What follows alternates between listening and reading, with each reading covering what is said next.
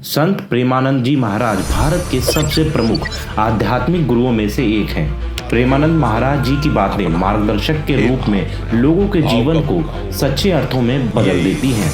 यही वजह है कि हर इंसान उनसे जुड़ जाता है।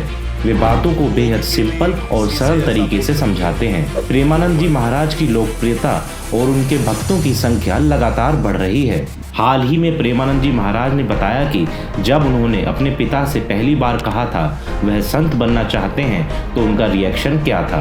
प्रेमानंद जी महाराज ने बताया कि वे संत बनने के लिए घर से भाग गए थे, लेकिन 3 दिन बाद वे पकड़े गए।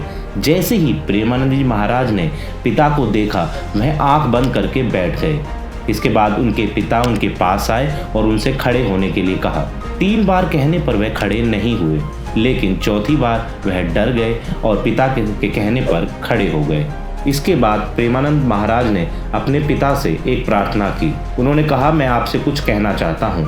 तो उनके पिता ने कहा, बताओ। उन्होंने कहा, ये जिंदगी भगवान के नाम है, चाहे आप काट डालो, ना घर जाएंगे और ना आपकी बात मानेंगे। ये बात सुनकर उनके पिता हैरान रह गए और उन्हें गले से लगा लिया और 3 बार जय श्री राम कहा। इसके बाद उन्होंने आशीर्वाद देते हुए कहा, जाओ, अगर उशर में भी बैठोगे तो फूलों की वर्षा होगी, कोई तुम्हारा बाल भी बांका नहीं कर सकेगा, लेकिन अगर तुमने किसी की बहन बेटी की तरफ गलत नजर डाली तो फिर देख लेना। प्रेमानंद जी ने बताया कि उन्होंने अपने पिता को वादा किया कि वे जीवन भर ब्रह्मचर्य का पालन करेंगे और कभी उनका विश्वास नहीं तोड़ेंगे। प्रेमानंद जी ने इस बात को स्वीकार किया कि उनके पिताजी ने अगर उन्हें उस दिन रोका होता तो आज उनका जीवन कुछ और होता। उन्होंने अपने पिता का धन्यवाद करते हुए कहा कि जब आप सच्चे मन से अच्छा करने की ठान लेते हैं तो पूरी सृष्टि आपके पक्ष में काम करने लगती है।